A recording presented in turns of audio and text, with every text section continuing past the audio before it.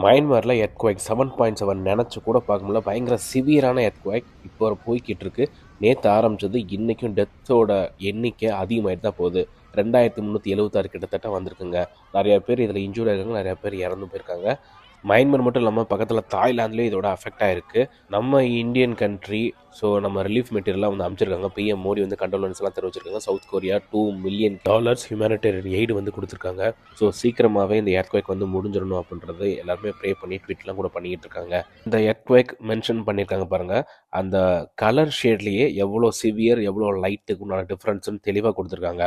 So இந்த மாதிரி வீடெல்லாம் பாருங்கள், அப்படியே இடிஞ்சு நடுவில் அப்படி நிற்கிது. அதில் நிறையா பீப்புள் ரெஸ்கியூ டீம் ஆப்ரேஷன்லாம் நிறையா போய் நிறைய பேரை ரெஸ்கியூ பண்ணிக்கிட்டு இருக்காங்க. பட் டெத்தோட டோல் இருக்க இன்க்ரீஸ் ஆகிட்டே தான் போய்கிட்டு இருக்குங்க. 1000 பேருக்கு மேலே இறந்துருக்காங்க. நிறைய பேர் சிவியராக இன்ஜூர் ஆயிருக்காங்க. 1 ஹவருக்கு ஒரு தடவை இந்த டெத் டோல் வந்து இன்க்ரீஸ் ஆகிட்டே போயிட்டு இருக்கனால அந்த எர்த்குவைக் எப்போ நிற்கும் அப்படின்றது கரெக்டாக கெஸ் பண்ண முடியல. அந்த அளவுக்கு பில்டிங்லாம் கொலாப்ஸ் ஆகி சுக்குநூறு ஆகிட்டு இருக்கு. ஸோ ரொம்பவே இக்கட்டான சூழ்நிலை தான் இந்த மயன்மார் வந்து இருந்துட்டு இருக்குங்க.